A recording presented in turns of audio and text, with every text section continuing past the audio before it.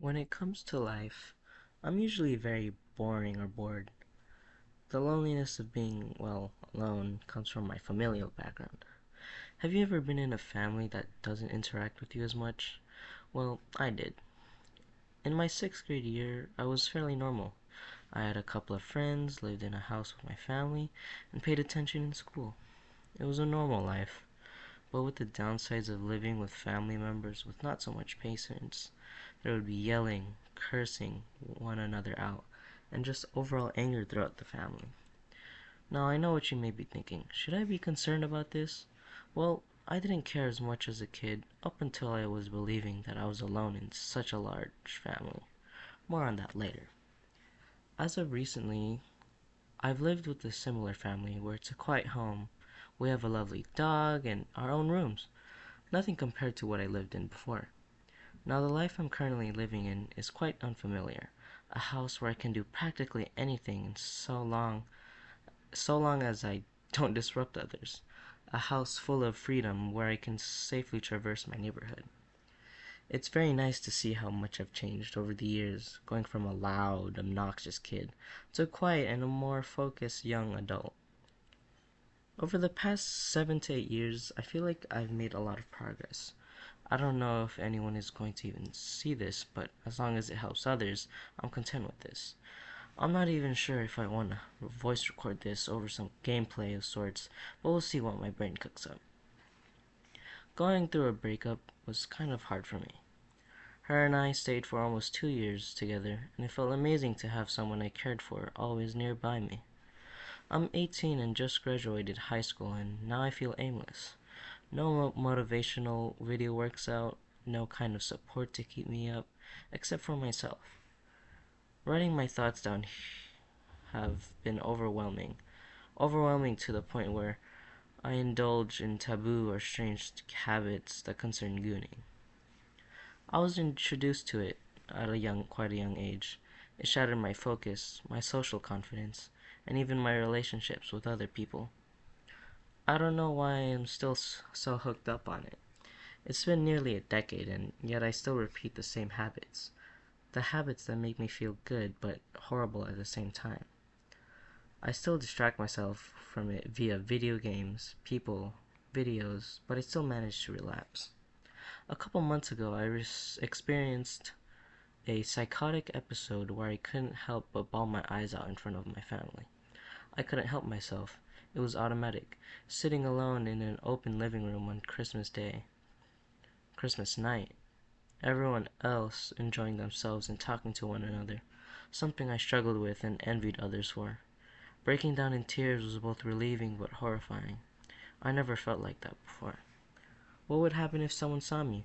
Would they be angry at me, just like my family before? Would they yell? Would they tell me to toughen up? Would they tell me to go outside and leave? Or would they...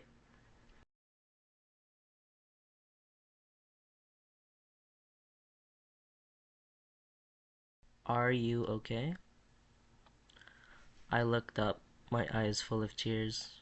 My aunt walked up to me and checked up on me and asked me that. I've never felt so relieved and scared at the same time. At a mere 18 years of age, I went through such psychological issues that were primarily At a mere 18 years of age, I went through such psychological issues that were primarily all in my head. Yet there I was, being cared for like I had never been cared for ever. It was new. Someone was curious about me, and yet I couldn't speak. I had never emotionally outburst about anything besides my frustration with video games. As a young man, I was told to toughen up, stay quiet, and don't be too emotional. At least that's what it felt like. I had never been told to do anything with my life. Only the basics. Get good grades, clean the house, and stay quiet. That's what I did for a good half a decade. That makes me sound old. Anyways, back to my aunt. I couldn't speak, nor did I want to. She gave me a notepad after I refused to do so, and I wrote down nothing, pen in hand, shaking. After listening to her and my mom ask about what was going on, I took a deep breath and still couldn't communicate.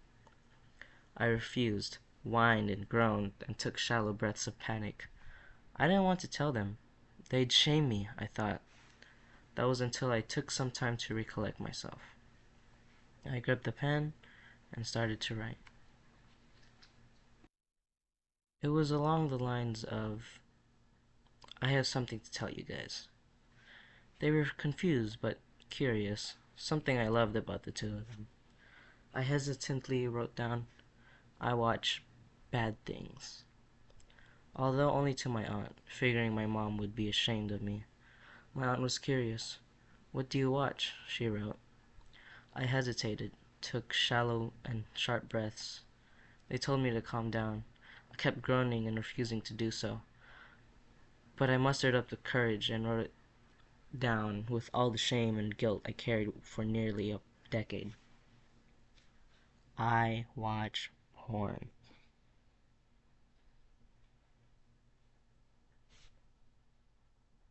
No reaction. Just action. She kept writing. And do you feel ashamed about that? I said, yes. After calming down in about 15 minutes, she asked me if she wanted to go to my cousin's room to talk, and I nodded yes. That was when I felt the most safest with family. Being able to pour my heart out about what I had been through, addiction, depression, anxiety-filled thoughts, and pure shame. I was able to feel free to express myself. I say this just to help myself, but all I'm saying here are my thoughts. I don't mind reading it all out loud, but I really do feel like this is healing me.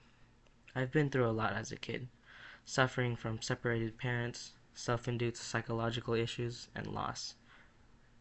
I've never thought that gooning would be my way of coping with past traumas.